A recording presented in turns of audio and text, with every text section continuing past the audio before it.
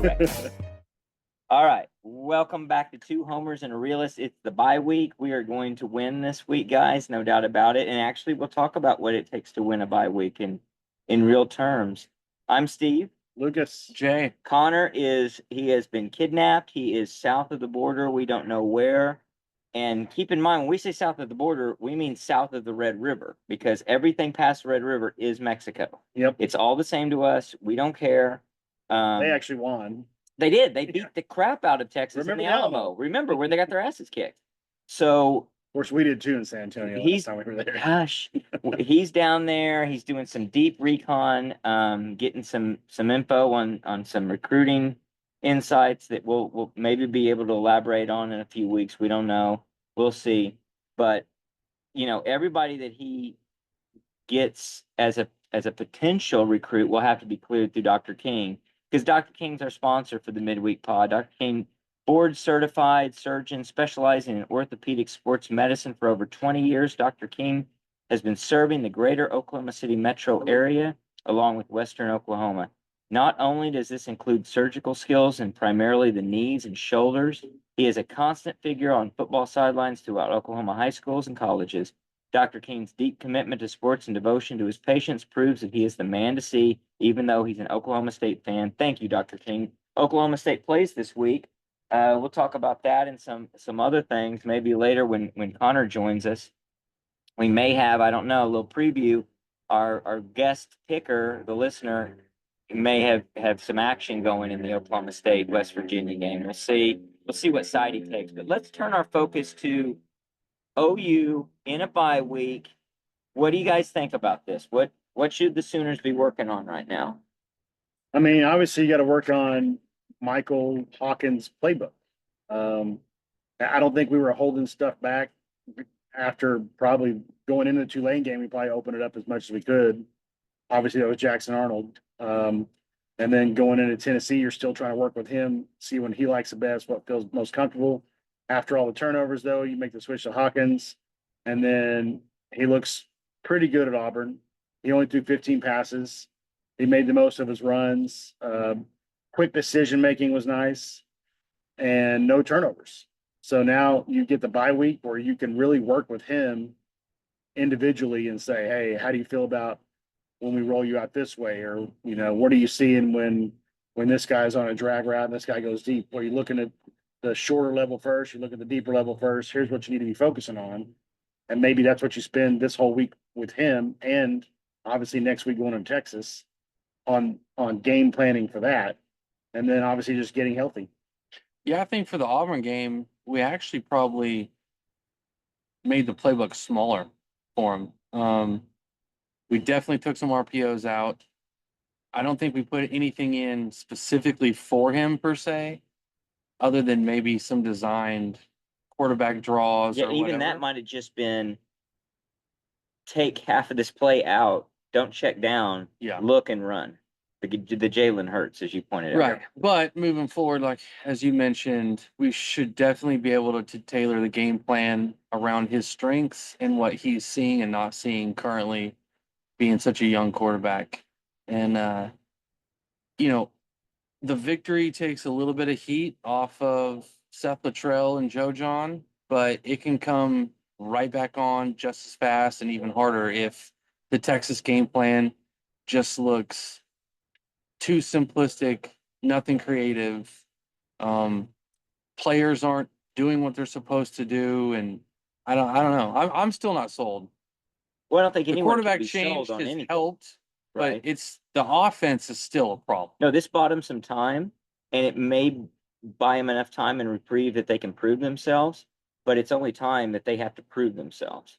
So that's a good transition to a question that I've got, and that is, what should we look for to tell if we've built the offense around Michael Hawkins? Because I think that is key. You've got to have a scheme that's going to be conducive for him to have success.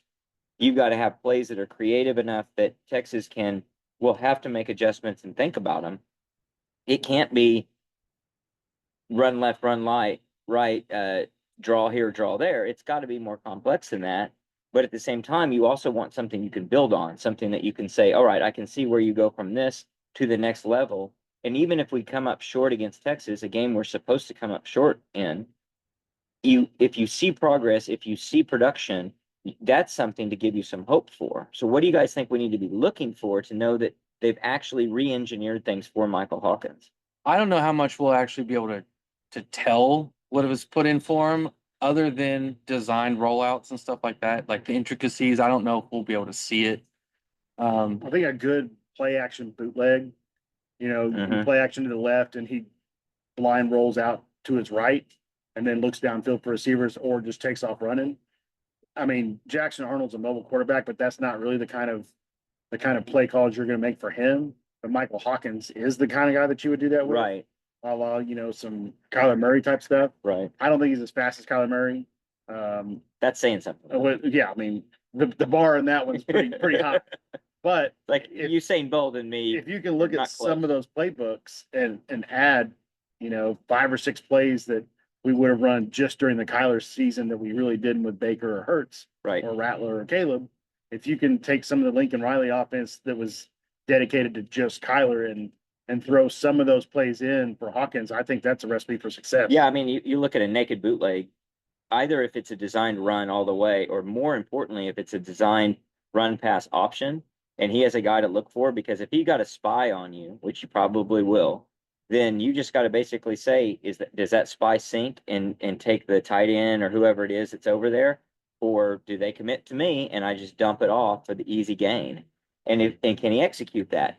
You know, that's a scary throw sometimes, because that's the kind of throw that you make that you don't see the other linebacker or whatever, and all of a sudden, or the safety comes up and you've thrown a pick in the big game. That's what I was going to say. We might be able to notice the most is Auburn came out and spied on almost every play for the whole game.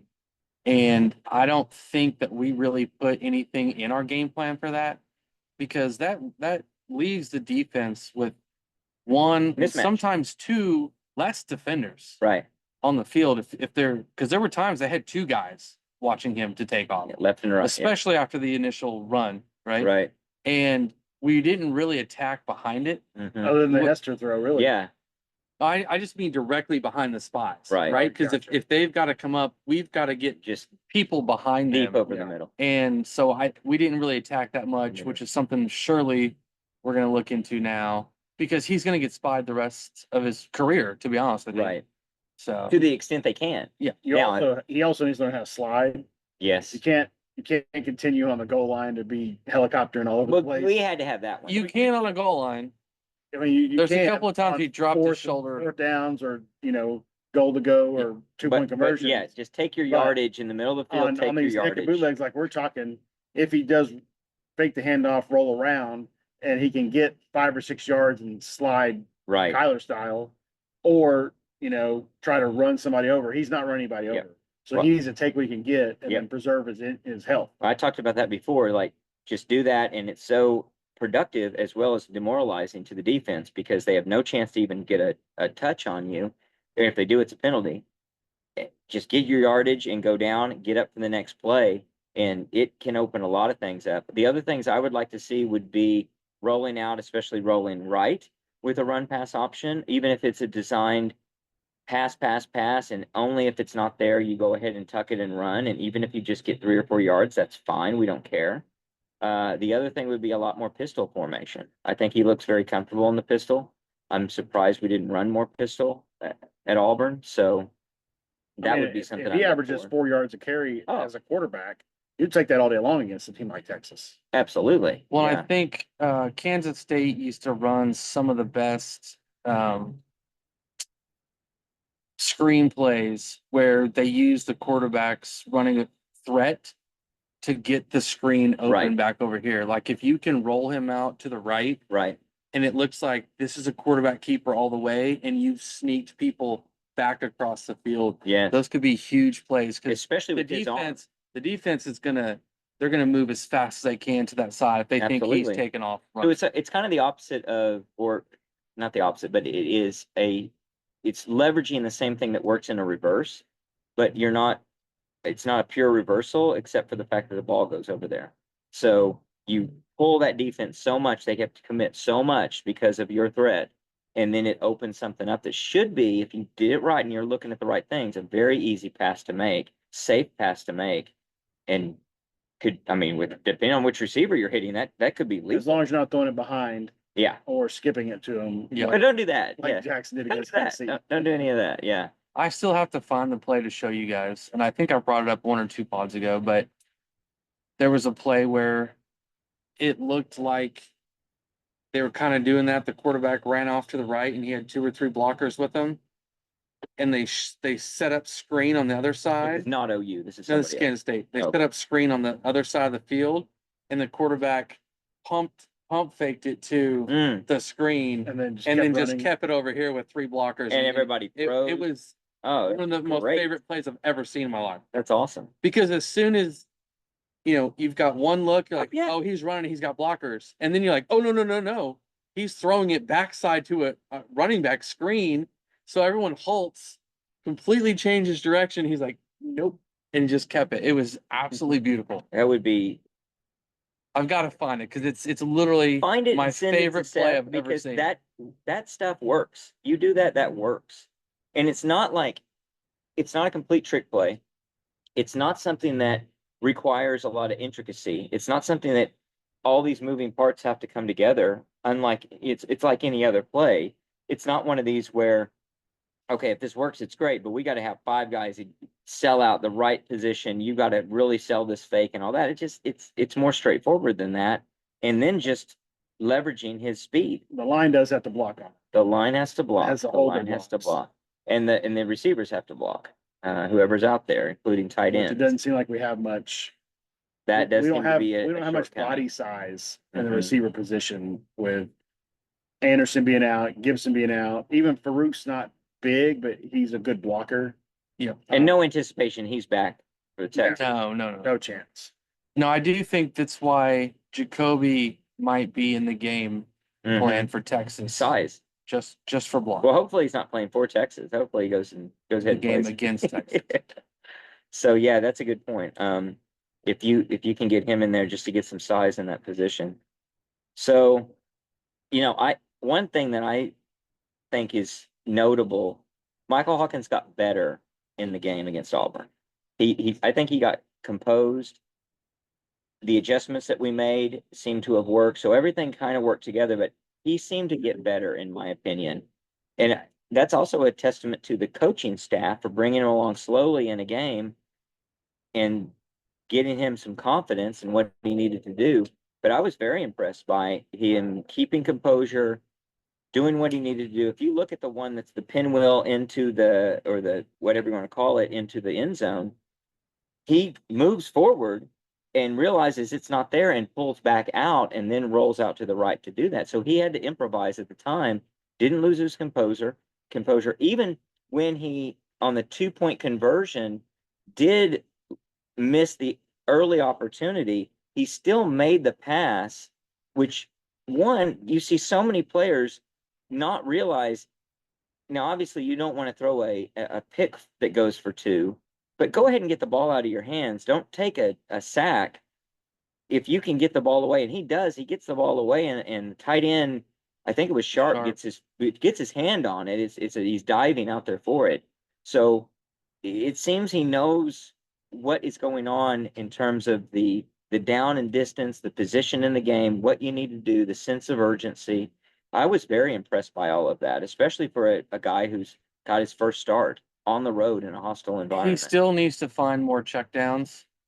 There were several in the game that he could Certainly. have dumped down and got easy yards, but that just comes with time. And also, he might feel an immense amount of pressure of he's got to create something. Yeah. But he's balanced that very well between I've got to create something, but don't do something stupid. Right. So you've got to Don't be a hero. You got to be happy with that balance that he's figured out. Yeah. But you can also dump it down. Well, in contrast to another true freshman, Caleb Williams, who threw a lot of 50-50 balls. He threw a lot of balls up for grabs. He was willing and really, dare I say, throughout his entire college career, was willing to throw a lot of balls up for grabs. He had a lot of great receivers and a great offense to do it with, but he threw a lot of balls up for grabs. Yeah, I would bet if a Nick Anderson was out there and a Gibson was out there that we would be letting more Let it 50-50 fly. balls down the field. Yeah. And a 50-50 ball on a deep route is one, hopefully it's not 50-50 actually. Hopefully it's just a heads I win, tails I don't lose.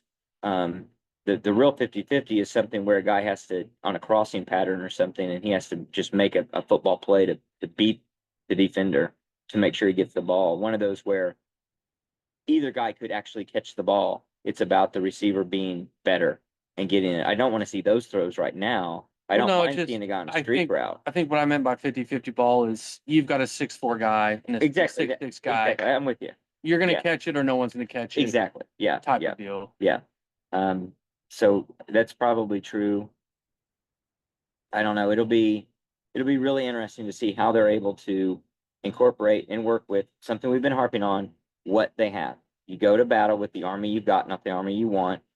You've got these limited resources, make the most of it. Know your limitations. I think they did a good job of knowing their limitations in the Auburn game. Now, can you know your limitations in the Texas game? But the other thing that I think is really key is understand that you're a 14.5 point dog or whatever it's going to end up being, right? And it probably won't move a lot from that because there's a bye week for both teams. So you don't have a lot to lose. Take chances. Be the team that puts fear in the other team because you're willing to go for it on fourth down. You're willing to run a trick play. You're willing to go for it or run a fake punt or a fake field goal or whatever it needs to be. Don't play conservative. Yeah, I think it could be absolutely crucial if we could get up early, 10 Yeah. points or so on Texas, because a lot of not doubt will creep into their mind, but just kind of like, oh crap. And they might play extremely tight. Yeah, they might not know how to react to that and Right. not be prepared for it. Danny Stutzman said Texas fears Oklahoma. What does Oklahoma I fear? agree with him. Does not fear Texas, only fears God. So yeah, I agree with him too. I think, and that's how you got to be in this game to be real serious. And even better, if Ewers is rusty and the defense is putting the heat on him and he's not looking clean, he's gonna be looking over his shoulder. Yeah. The fans are gonna be thinking, I We're mean, second in the nation in sacks. Yeah. We're first in the SEC. Which and is saying number 2 something in the because country. people know we're good and they get the ball out quick, and yet And- we're still second. And we haven't had some crazy blitz packages. No, exactly. We've had moments of third and long where we have brought the house. The interception by Kip Lewis was the blitz. Uh-huh. He faked it and backed up, but we still brought more than normal. Right. And if you can catch Ewers on 2 or 3 of those in the first half, Yeah. well, that sets up the whole second half for him worrying about it and maybe throwing the ball too early. Yes. Your linemen get their hands up, you get a tip ball, and then you never know what happens after that. Ideally, you're getting into everyone's head who does the hook 'em horns. You want to get into There's yours nothing head. in those people's heads. That's true. Yeah, you don't want in those heads. Yeah. There's not but much. There's just a bunch you, of air rolling around. You do want to mess around with that air, that psychology, because you want the quarterback to doubt himself. You want the offensive coordinator and all of the staff, including Sarkisian, to doubt themselves. You want the fans to have doubt, because if nothing else, that subdues what's going on there. How long before it becomes a major Applewhite Chris Sims situation? Also, It very well could in that game if you play your cards right and the ball I'm bounces trying to your remember way. in 2000 what was the score when they did pull Applewhite? It was like 28-0. 28-0, and I think he threw the interception to Rocky Calamus. It ran in for a touchdown. And then Didn't Sims played the Sims? rest of the game. No, I thought Sims threw the interception to Rocky. Uh, And it was Right late in before the half? second quarter, right before the Yeah. half. I mean, Sims got in before half Yeah, because I remember I was on the first section to the right of the tunnel, and I was on the stairs. Yeah. And at halftime, when we're blowing them out, I want to say it was it 49-7 or something at that point? Something like that. Because it was the final was 63-14. I want to say it was like 49-7 or something at halftime. And when they came off the field at halftime to go to the tunnel, I was yelling, "Chrissy Sims, you're You're giving it to him. using foul language. He's holding hands with his lineman, and I'm laughing at him, telling him he's a sissy and he's a daddy's boy and all this stuff. And he looked up at me because I was, I think, on the 12th row, and you locked eyes with Chrissy Sims. I was 15 Oh, feet that's away funny. from me. He looked right at me. I did it to him in the next when they were getting off the bus in the next In Texas 01? game in 01. I positioned myself where he did. He looked right at me and he looked fearful. He looked extremely scared. I don't remember what I said, but I scared that kid. And You take I- half little credit for that? I would give Roy Williams like 90% credit for that victory, and I get the other 10. But I would put Ewers and Applewhite on the same footing, essentially. And then you've got the all-world coming in quarterback, a la Chris Sims and it's Arch Manning. it's So, even and the it's crowd even a was little wanting- worse. It's even worse though than the Sims Applewhite. Yeah. Because Manning actually played and won the last 2 games and Yeah. looked Right. good. So there was Right. even more. There's even more. Like there Way was more. hope. It's not for Chris Sims promise. coming in It's that the- he might be better they've and seen could the do guy. better, but they've Exactly. seen someone play well. Yes, well, the half exactly. of the stadium be yelling, "We want Arch," like we did when people were chanting, "We want Caleb" during the Rattler year. Well, Texas, half of the field start, if it's 21-3 or something in the middle of the second quarter, will there be chance for Arch from the crowd? That would be And how to start teaching so ideal. That would be the best thing ever. I don't think he would make the switch unless Make yours was game? just really playing bad. Yeah. I don't know. It might be the rust thing we talked about. I mean, you said it last week. It's going to be 4 weeks before he's from the last time he stepped on the field. You would think that there would be rust. Now, I watched And it's OU Texas I watched him game speed, which is not traditional game speed. he destroyed us the 49 or the 49-0 Yeah. year. Yeah. And he literally couldn't make a bad throw in that game.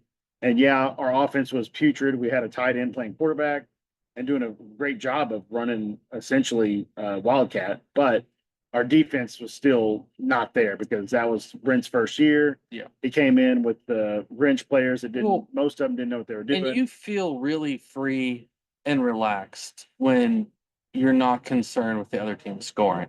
Yeah. Like all the pressure honestly comes off your And shoulder. even last year, he didn't play bad. I mean, No, he played well last he year. threw a pick on the tip ball that Billy caught. I think they had the fourth down. He had a The goal fumble. line stand. He got but- hit, But he fumbled. wasn't terrible in the game. No.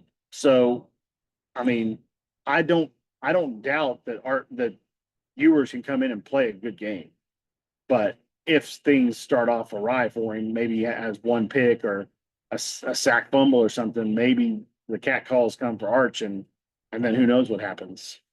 Yeah, I'm trying to pull it up to see. I think it Because- was either 42-7 or Well, I know our not so real time fact checker Mike is going to be all over it as if we should know this right off the top of our heads. But so I'm gonna try to continue to try to pull this up. If we were broadcasting sitting live, we here. would have already texted. Oh, he would have been all over it. You know, he is just freaking out right Can't pick now. football games, but he can find some stats.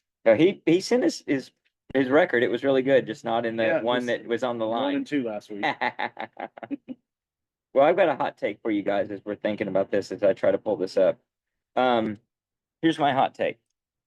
We are better positioned now and will be better positioned by season's end than we would have been had the receivers not been injured. And I'm not saying that it's a blessing that they got injured, but there's a silver lining to it that had the receivers not been injured, we would have a limping but functional offense with Jackson Arnold. We would have been good enough and productive enough that we would see promise in it. And yet I feel like we wouldn't have been so bad we would have pulled the trigger and made a move. I think we're better off having made this move. I think Jackson Arnold's even better off that the move got made for his long-term future, because I don't think this season ends very well if he's at the helm based on the trajectory he was going. Now, maybe I'm completely wrong, because if those receivers don't get injured, Jackson Arnold looks like a star, and we're 5-0 right now. I would lean towards that route more. I would too. Initially, based on everything you've seen though of Jackson Arnold, I mean, I think that's the I only think difference. I if think the it's offensive really line isn't injured going into game And I one, didn't say that. I said the receivers. and you have the bigger receivers Right. that maybe get open more, or even just a bigger body is easier to throw to, Mm-hmm. that maybe he doesn't look as uncomfortable and make the turnovers he did against Tennessee. And I mean, he looked great the first game, but then Houston was terrible. you don't know what the run game looks like on the Yeah. outside with better blocking, and I mean, there's so many Well, that's- variables I to mean, it could it. easily be 5-0 with Jackson Arnold, if not for injuries. But that's the yeah. So if it's 5-0, then that's not the contention I've got. I've got that we're 4-1 and we're not the offense we really are right now and could be as the season progresses. That the receivers being healthy cover up deficiencies that we needed to get exposed. And the silver lining is those deficiencies got exposed. We made changes that we otherwise wouldn't have made. But there may be no deficiencies if those receivers are playing. Because the stuff that they worked on in spring, all Maybe. through fall, with those receivers. And those are all That's Jackson's assuming- receivers. And those are all Yeah. his receivers, and they're able to get more open. There's no deficiency Okay. to be had. The deficiency would be the same thing that we saw in the Tennessee game. He doesn't hand the ball off when it's wide open and Barnes is going to run for 20 yards. He tries to throw the ball into double coverage. You can't take back the interception that he throws. It doesn't matter who the receivers are when he throws it to Tennessee. That's a bad play. So among many bad plays that Jackson Arnold had. But he might have RPOs where the guys are open. Yeah, there's completely different play calls with bigger bodied receivers. But Well, you better or hope they're just open. getting open. You better hope they're open because he's choosing not to hand the ball off.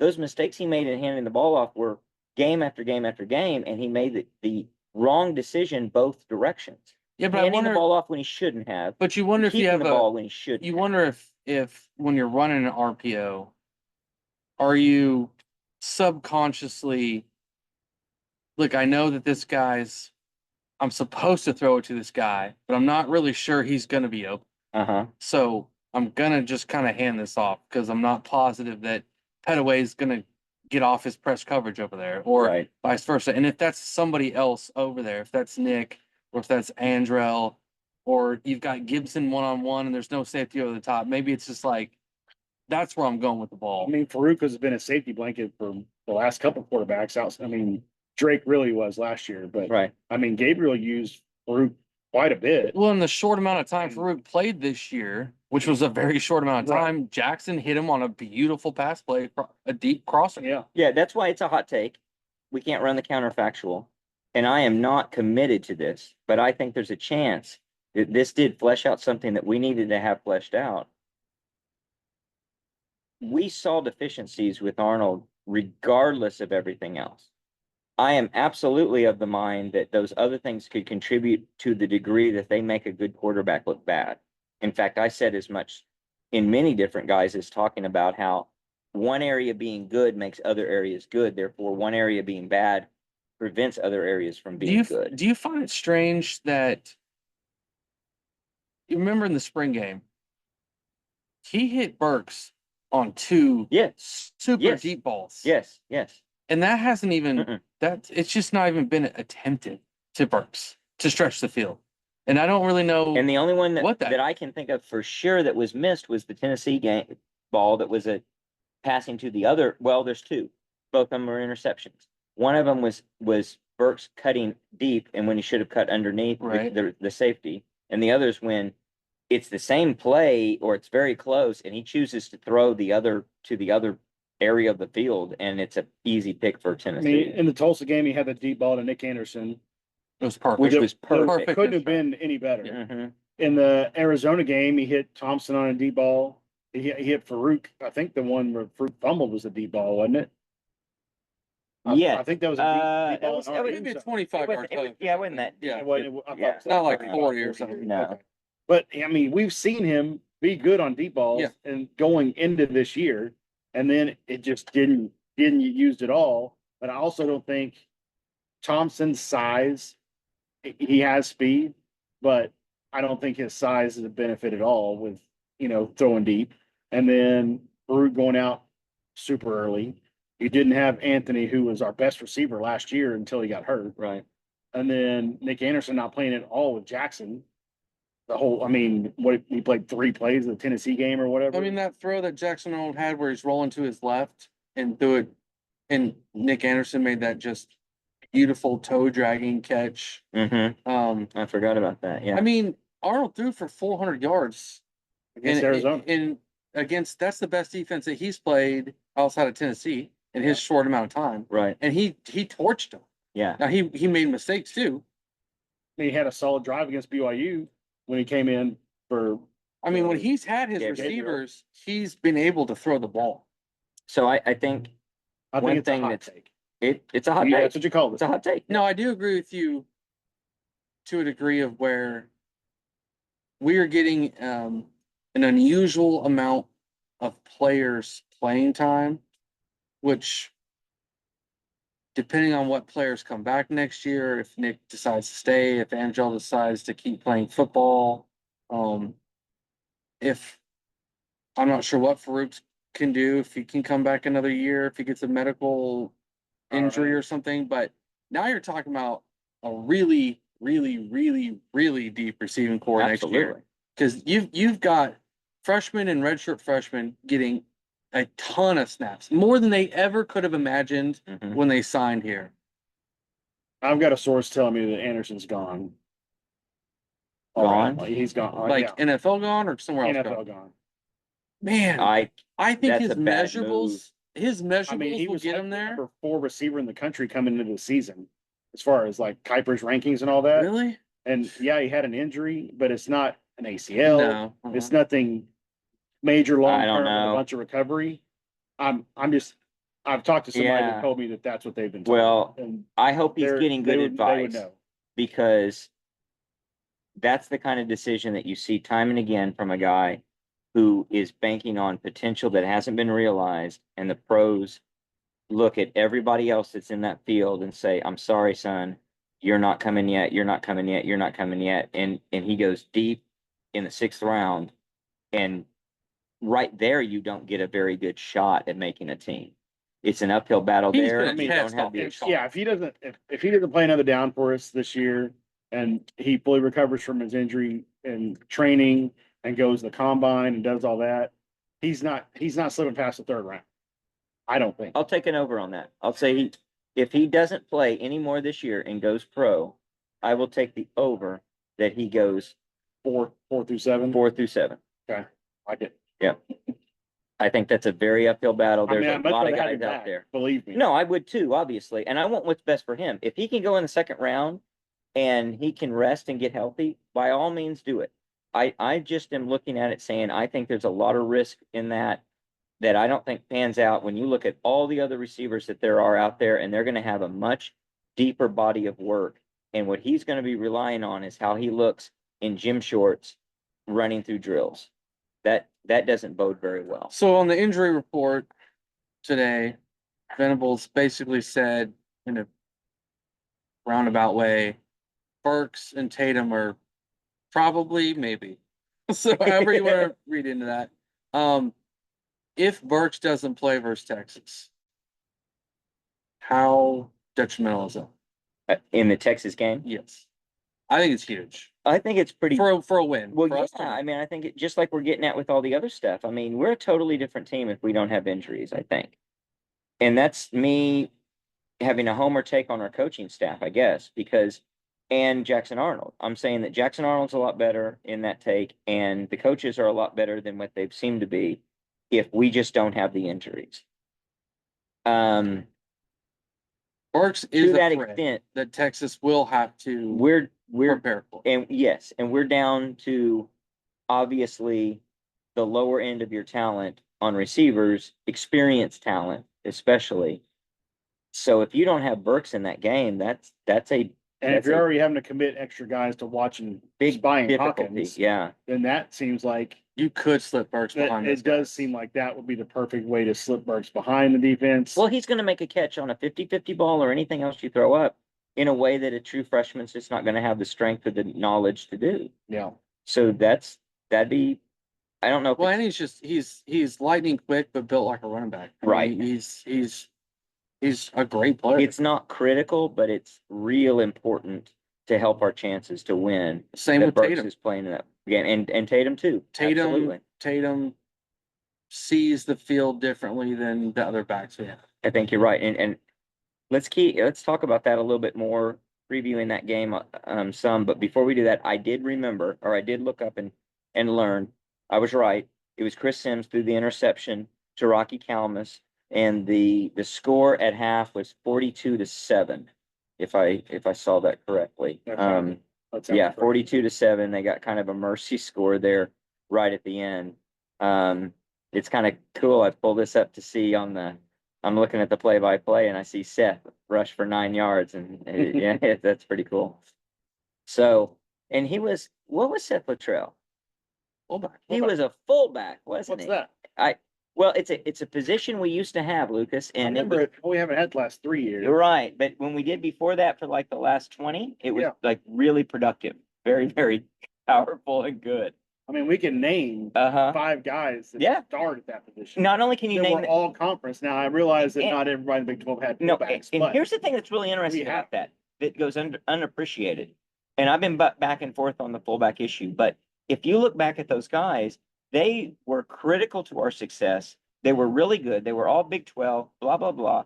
And they weren't, with a couple of exceptions, superstars who went on to the NFL. So we're not talking about plugging in somebody who is just an amazing athlete and they happen to play the position of fullback. We got guys that were gamers that were in a position of fullback and they helped us win.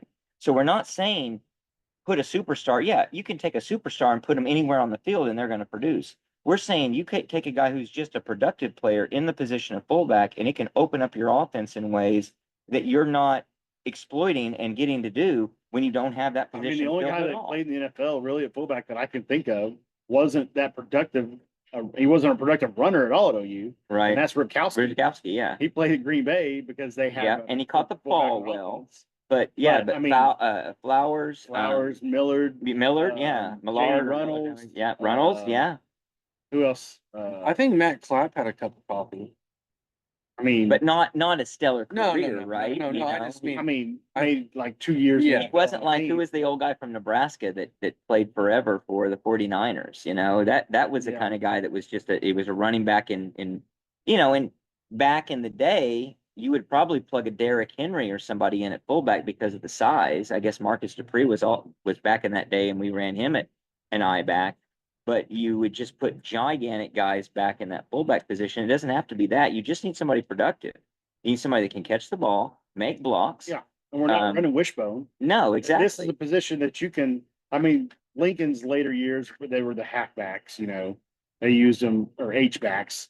They used them for They move 'em all step over. from the tackle, Right. or or they would line them up as a tight end, and not as much in the backfield. But the earlier, the 2000 to 2012 range, we didn't run a bunch of I formation, but we would run two backs with one of them being a fullback. You know who I'd like to ask about this? I'd like to ask Brent Venables what he thinks about that position. Because it seems to me that what Lincoln did especially was use the fullback as a guy that it was tough to account for. He would get lost in the backfield, the defensive backfield, out on the flats or whatever. Is that true? Or is that just something Lincoln was doing? Or were we just lucky?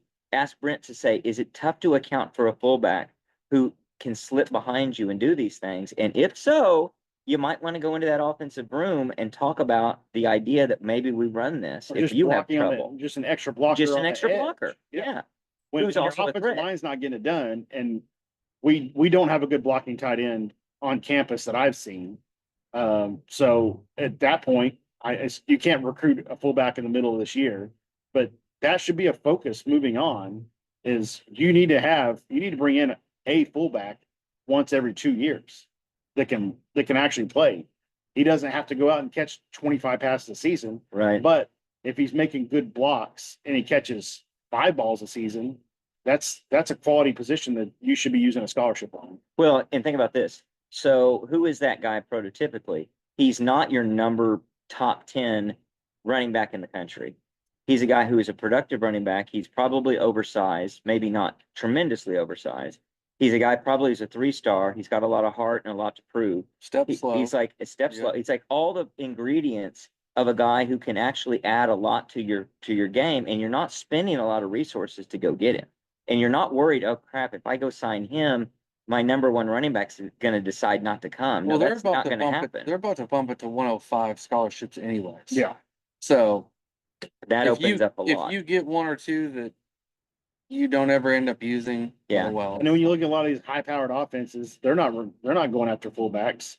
And like you said, they're going to be 2 and 3 stars because that's not a position that gets ranked highly anyway. Right. So if you walk into a kid's house that his choices are Middle Tennessee State, Boise, maybe Iowa and OU, well, that seems like a no-brainer where that kid's gonna go. Right. Especially if you can offer him a couple bucks. And we can outspend them without spending a lot. Right. So to me, That's a huge miss. I think you're right. In any offense that doesn't have a fullback. I think what I miss with the fullback when it comes to blocking is right now, you have your tight ends on the line, inline blocking, and that's kind of the heavy side of the ball, right? There's a good chance you're going to run towards that additional blocker that you've brought in on the line. Right. Well, if you're in somewhat of an I formation or you've got a fullback, you don't know if it's going middle, left, or right. Right. Right? You don't know where that extra sixth blocker is going. But we're starting off with 6 blockers. And yes, maybe that tight end counters and comes back or does something. But generally, or misses a block in motion. Yeah. But if you've got your 5 and you have a tight end in your backfield with you, it leaves you all 3 sides. The defense is guessing. And it doesn't even have to be I formation. You could do quarterback with a fullback to the side and a running back in pistol, or you can do quarterback with one on each side, and then you fake the handoff to the running back or to the fullback, and then the running back follows them. Or he can just step forward one way and then go the opposite way. And like Jay, he can just like Jay go said, straight outside. you don't know which way that fullback's going the majority of the time. Right. You know where the tight end's blocking and where the power is going to be on that play. All the more important if you've got a running quarterback, so that linebacker has to learn, I got to worry about where that fullback's going, opens up something for that running quarterback. So thinking about college football and what is almost always the case, very different than the NFL and different than what you see even at the elite level of college.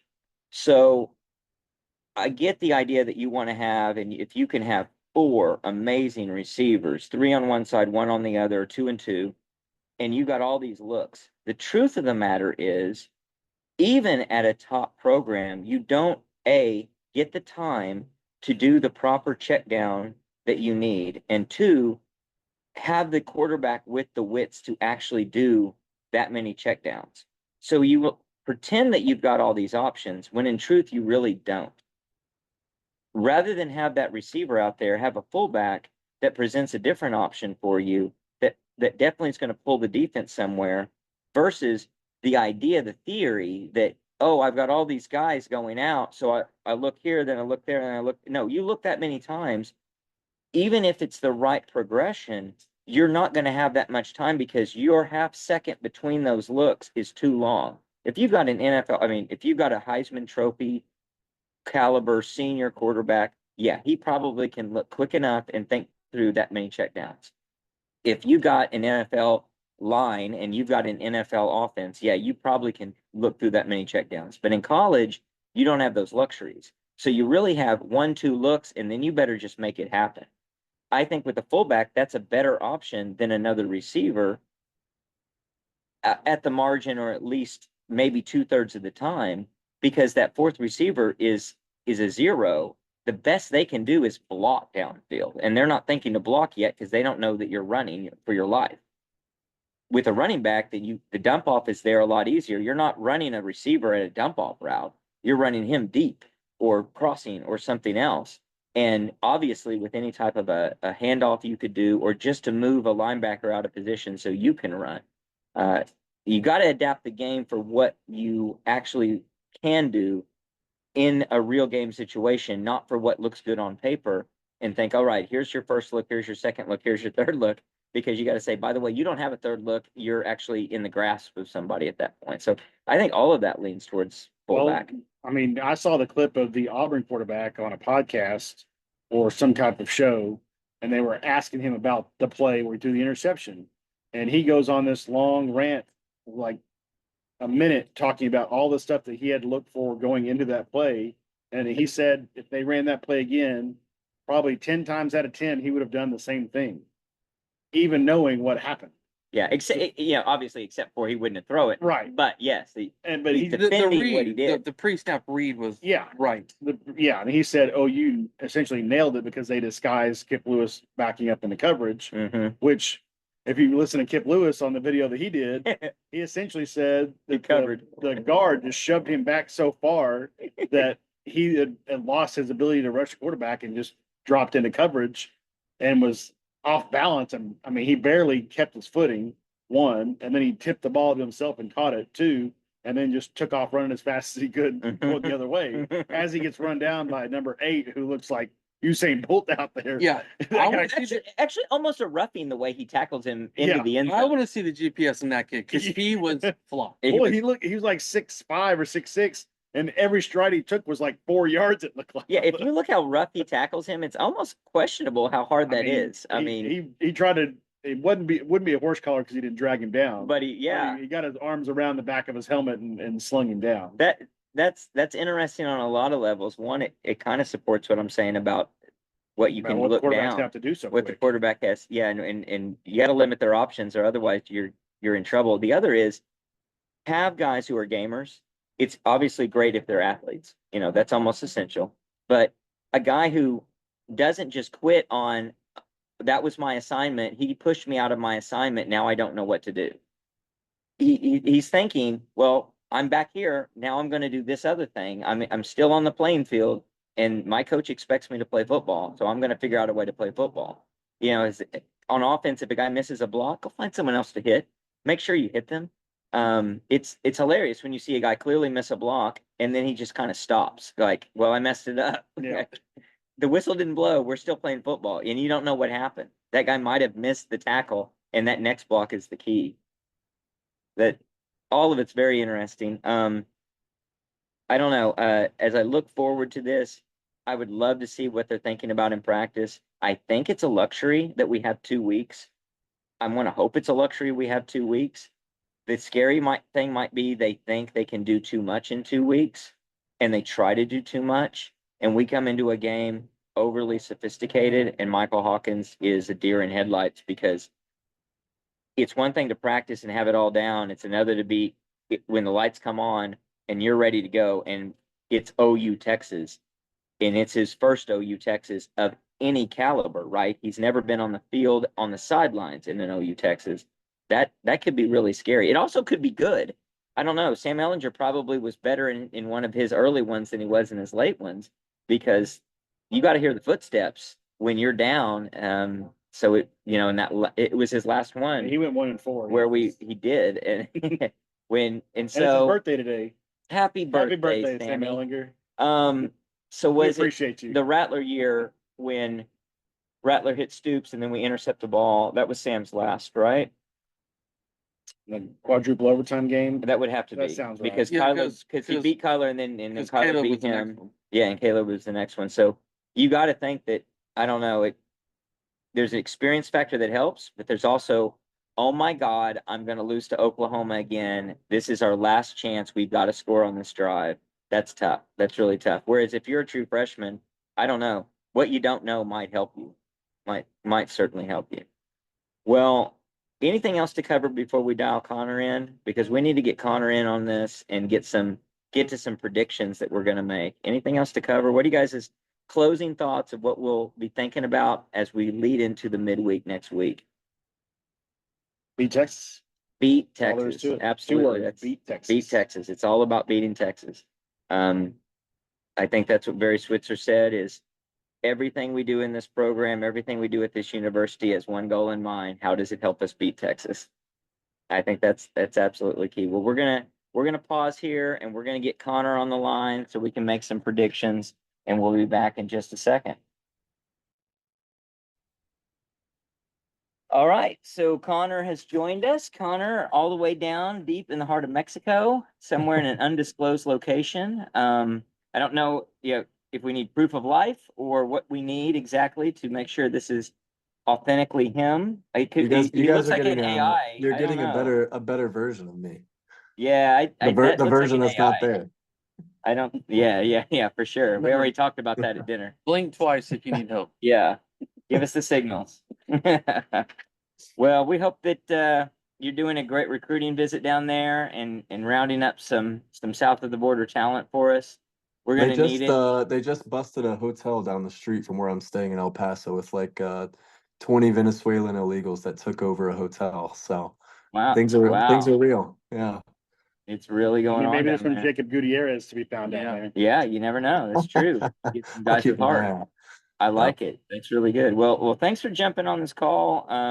I hope your captors will let you continue to go all the way through all the things we want to cover. We want to start with some trivia. So, Lucas, you dug deep into research. What do you got for us on trivia? What is our record in bye weeks? No, I'm just kidding. That's not. Hold on. But the trivia I had was in the last 25 meetings of OU in Texas, not counting the conference championship game, what is OU's record? So I that's used to, I Stoops used to to know current this by heart. Right, minus me too. Stoops to current minus Well, the you need to answer quickly, or we can conference get it championship right. game. So that goes all the way from 99 through to current to current, not including Not conference including championship game. 2018 I'd conference say championship. 17 off the top of my head. Obviously no ties. We're past the era of ties. I think it is. So it'd be. So you're saying 17 and 8. I'm gonna say 16 and 9. I'm saying Connor? 18 and 7. 16-9. Steve nailed it. Oh man. It should be. It should Should be be a couple more probably. a couple Oh, more that's net not- OU. Darn it. Yeah, they took some from us that. Blowing the lead 99. Yeah, I missed mean, 08 for some reason. I Maybe. mean, in that era, any that we lost that we, or one that we really shouldn't have won, you could argue the Caleb Williams year. Yeah. You could Um, argue the Rattler.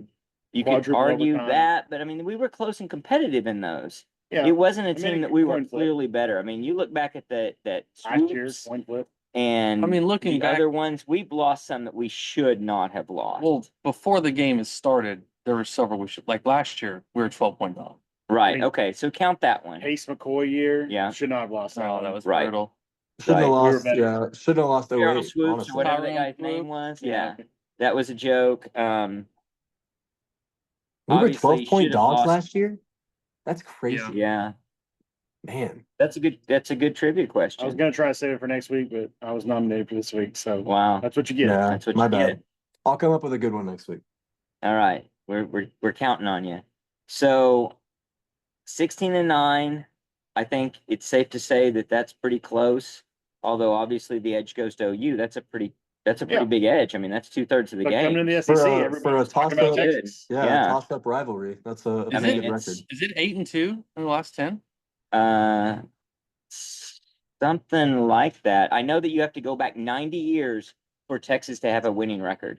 They were pointing that out today on X. It was pretty good. I knew it was a long time back, but if the stat I saw was correct, that someone, I didn't do the double check, but it's, you have to go back 90 years for it to be there. Connor, Yeah, Connor, you're fading 7 on us. You're going sideways. 7-3. Yeah, 7-3 last 10 years. We're 7-3. Not counting conference championship game. So 7-3. Well, 7-3 is really good, but you know what? It's not. It's not a lock. But let's talk about the locks of the week. The Realist Deal Locks of the Week. And the locks of the week are brought to you once again by 5 Star Concrete. That's David and Josh, a local business service. Yep, just tell us about Yep. concrete. I mean, they come and did my back patio and extended it out. I think it was about 6.5 feet and went, I think it was 18 feet wide. So I could do a covered back patio. Got a nice little sectional out there, some swivel chairs. It's fantastic. Very nice. Best Yes, it concrete is. I've ever had poured. It's great. Now the fact that you went over your neighbor's property line and all that, we're not gonna talk about that. No, it's a great, I mean, solid, wonderful job. Those guys are great. They do patios, sidewalks, driveways, shops, anything that you need that's concrete, those guys can do it. They will lock it down and lock it up. Give them a call or text them at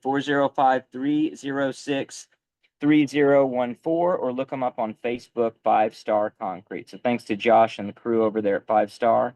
And Josh is our guest picker this week. So he entered some locks of the week for us.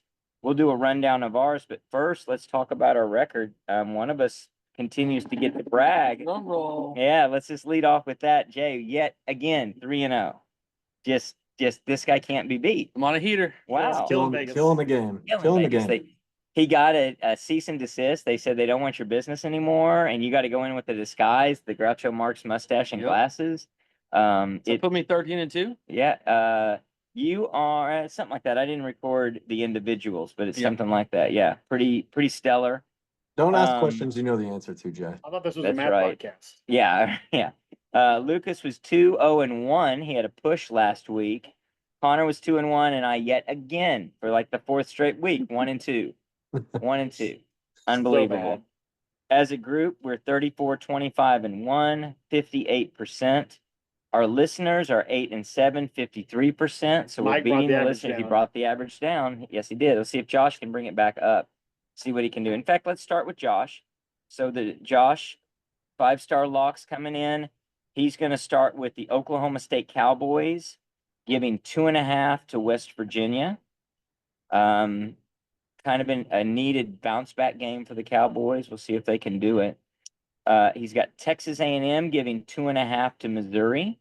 So that's an interesting one. It's at A&M, so that should give some help to the Fighting Aggies. But Missouri, if they lose that game, that's not the sideways season that they were anticipating. A&M's played a tougher schedule than Missouri has so far, and Missouri hasn't looked, maybe they're holding stuff back. I don't think so, but Well, we'll see. And then finally, he's got Texas Tech getting 6 against Arizona. That's the late game, if I am remembering right. Yep. So that'll be an interesting one to watch. I'll be asleep by that game. Yes, you will. You'll be Big well 12 after asleep. dark. Well after dark. Well, I'm going to lead it off so I can get mine out of the way. I'm pretty much certain I'm going to go 1-2. It's just a matter of which is the one. I've got South Carolina getting 9.5 to Ole Miss. that's your one. That's my one. All right, I like it. I appreciate that. Somebody else is not going to appreciate that. I'll get to that. I've got Minnesota getting 8.5 against USC. I don't think USC's for real. I think that they're going to start to get really worn down in that grinded out Big Ten schedule. And I've got California getting 10.5 against Miami, Florida. So I don't know if any of those teams will win, but I figure they'll at least cover that spread in each case. So Connor, let's go to you. What do you got? Yep. So like you said, I'm gonna have to take the other side of the Ole Miss game. I've got Ole Miss. I found that line at 9, so they're giving 9 against South So Carolina. we both could win, or you could push and I could win. Let's do that. Yeah, I'll take that. I'll cut you a little bit, a little break. All right, I'll pencil that in. I've got NC State giving 5.5 against Wake Forest, and then to round it off, I've got James Madison giving 17 against Louisiana Monroe.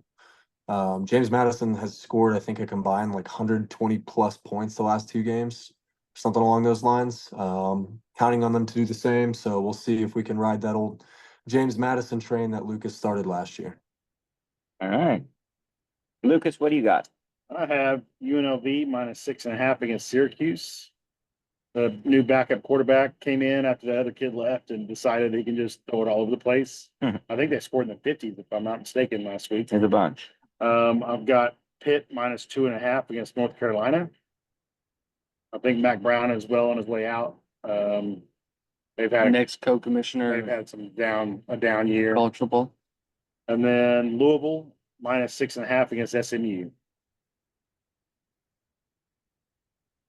All right. Well, Mr. 3-0, what do you got? Don't like them.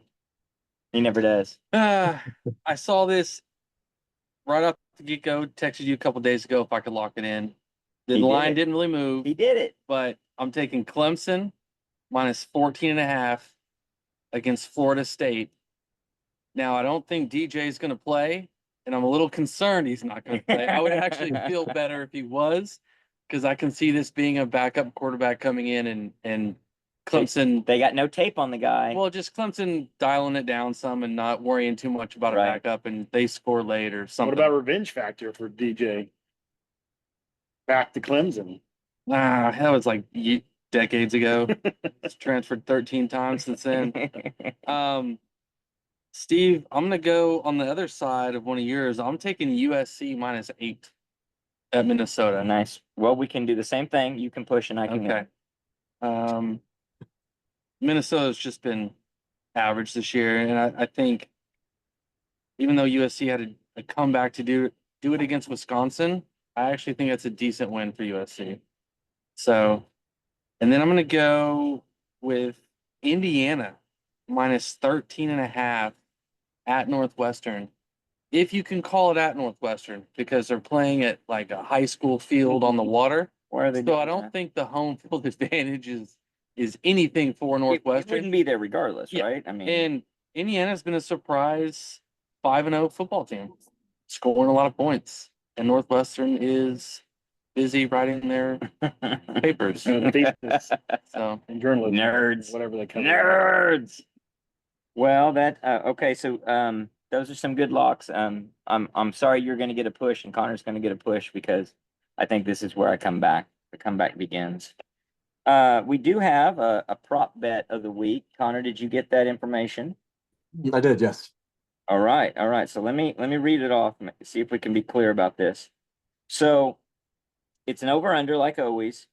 It's 3.5 wins, over under 3.5 wins for OU's season opponents in this weekend's games.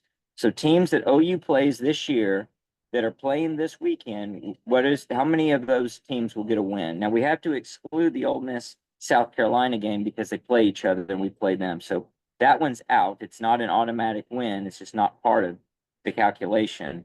And so we've got 7 games, 3.5. We got 3 favorites and 4 dogs, and they're by varying amounts. So it's hard exactly to say how different that is because we could have some narrow faves, but some big dogs. I think we do actually. Who wants to lead us off? Over under 3.5. I'll go. All right. I've got under. I have Tulane, Alabama, and Tennessee. Only victories. Tulane, Alabama, and Tennessee. Okay. Not Temple? Not Temple. Okay. All right. Well, you're kind of an expert on Temple, so I know I did go against It's- my what I've bread and butter lately. With the Right. teams we've played or gone against. but this is wins, not wins against the spread. Yes. So, all right, I'm also an under. So, I think I don't know. I'm a little pessimistic on these teams. I could see actually an upset, but we lose a different one that we expect to win. So I'm going to go under. I'm Lucas? gonna go over. I got the same 3 that Jay had, but I'm adding Texas A&M to beat. Or no, I guess it'd be a loss. Mizzou losing that one. So I guess I'm under then. Yeah, so we're switching to Yeah, under. we're under. We talked ourselves into under Yeah. there, did we? I'll flip that in my mind about Alright. A&M beating Mizzou. Okay, right. Okay, I'm with you. Connor, what do you got? You guys have me second guessing now. I'm going back and looking at the schedule. Auburn's got Georgia this weekend. So I'll just run through it. I've got Temple losing, Houston losing, Tulane winning. So that's 1 and 2. Tennessee winning. That's 2 and 2. Auburn losing. That's 2 and 3. Maine, they don't play. Missouri losing. So yeah, I've got the under as well. I've got it at 3. Interesting. Okay, and under. So we lost your video, by the way. I don't know what you're doing in there. Sorry, I wonder if it's because I opened ESPN. Sorry about that. My Yeah, bad. no, it's all right. Still can't see you. So really, the game to mess us up is Missouri. Right. Yeah, I think That'd be so. the disruptor. I mean, Yeah. that's a real close And that's one. a 2.5 point line. Yeah, that could go either way. Yeah. That'll be interesting to see. I mean, that's I thought it was a good line. yeah. I think so, think too. A&M's gonna. I think A&M. I mean, to what either Lucas or Jay said. I mean, Missouri has not looked great, and I do think the flash in the pan is still a thing of last year with what they had. A&M, it's at A&M, correct? So Yes. yeah, I think A&M could probably show out in that one pretty well. Yeah, I think so too. I like A&M. I like them. Missouri just won in Quite a bit. overtime against Vanderbilt. Right? Yeah. Which is demoralizing even in victory. And it's also wears you down to play that much extra football against a team you didn't expect to play that much extra football against. So a lot of factors working against Missouri. I'm excited to see that Tennessee Arkansas game. I know it's a double digit agree. line, but I don't know. I think Tennessee has this cockiness about them, and I think it could get checked. I mean, Arkansas is going to be up for that game, so that one's going to be a fun one to watch on Saturday for sure. Well, you mentioned Auburn. I'm really excited about Auburn, Georgia. I think that Auburn has a chance to cover that line. That's 23.5. 23 and a half. Yeah, 23 and a half. I think that was really close to being one that I was going to pick. With getting 23.5 points. Feel like Auburn, I don't know, they're to a point where they may be back against a wall and they don't have a lot to lose, whereas Georgia's got to be feeling pretty tight. Their situation, losing that really, getting blown out and then turns into a heartbreaking loss against Alabama. I mean, Auburn had a heartbreaking loss also. Yeah, they did, but they're not of the same nature as Georgia, Yeah. right? Expectations are Georgia's different. Georgia, and that's a come down to earth. And I think that it's harder to deal with when you're a team like Georgia, or there's more chances that you can't pull yourself together and get focused on the next game. But we'll see. And the next game doesn't just mean win. We're talking cover the spread. They win by 21 points and they're happy. They're fine. But a gambler who took them and gave 23.5, it's not. So that's a game. We were talking at dinner, Connor, about how much more pleasant it was that you weren't there, but also how it's not a great weekend, really. No, But the it is matchups, maybe the one of matchups kind those. of suck. Yeah. But maybe it's one of those weekends, like the saving grace could be. It's one of those where you get some upsets that really disrupt everything and surprise the heck out of you, which would be great to see. Yeah, the majority of the top 25 is playing an unranked team. I think Yeah. there's one top 25 matchup this weekend. I think If I it's remember two. correctly. I think Two? it's yeah, It should be on the sheet. South Carolina, Ole A&M, Miss, Missouri, and South Carolina. Yep. and then Yeah. A&M, Yeah. I mean, and what sucks is this is our week Ole off to Miss. literally just not have to be down in Norman for the game, Right. not going on the road for a game. We get to just sit at home and chill.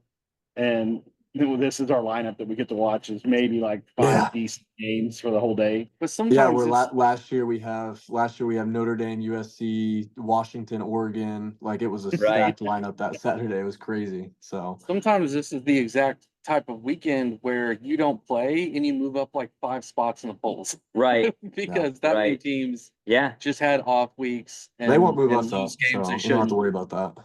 Yeah, they won't touch us, but we're poison apparently. So another interesting one is Michigan going on the road to play Washington. Washington's a 2.5 point favorite. Michigan's That made no supposedly the sense 10th to me. best team in the country.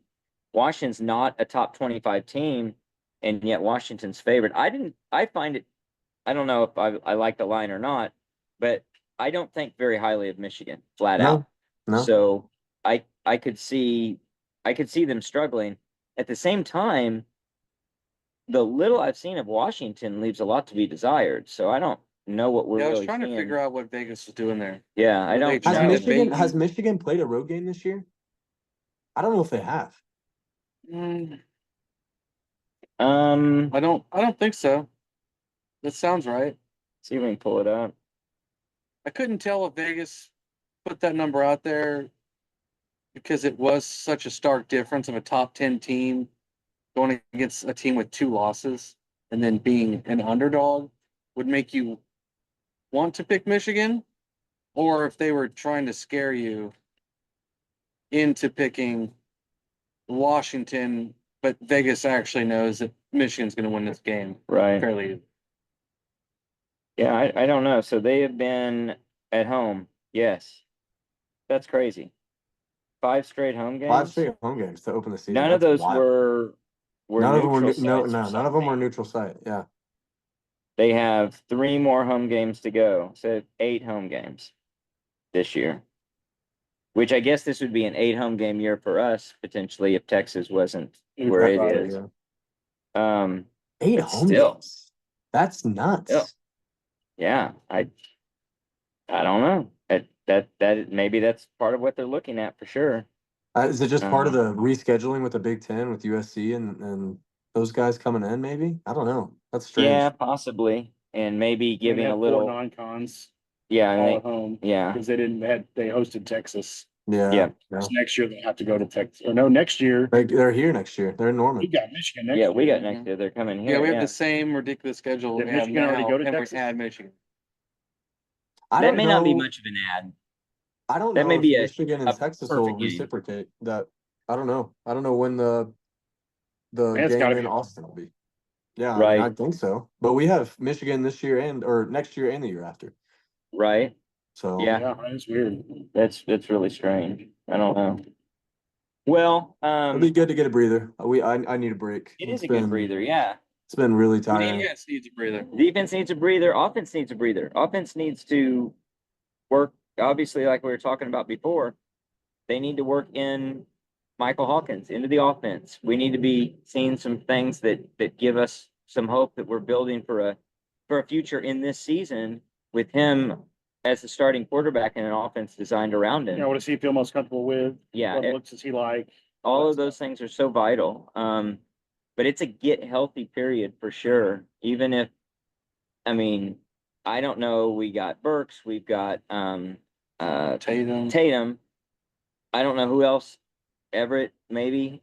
Who Keltner. right? I mean, Keltner. I don't know if he's going to be back for Texas.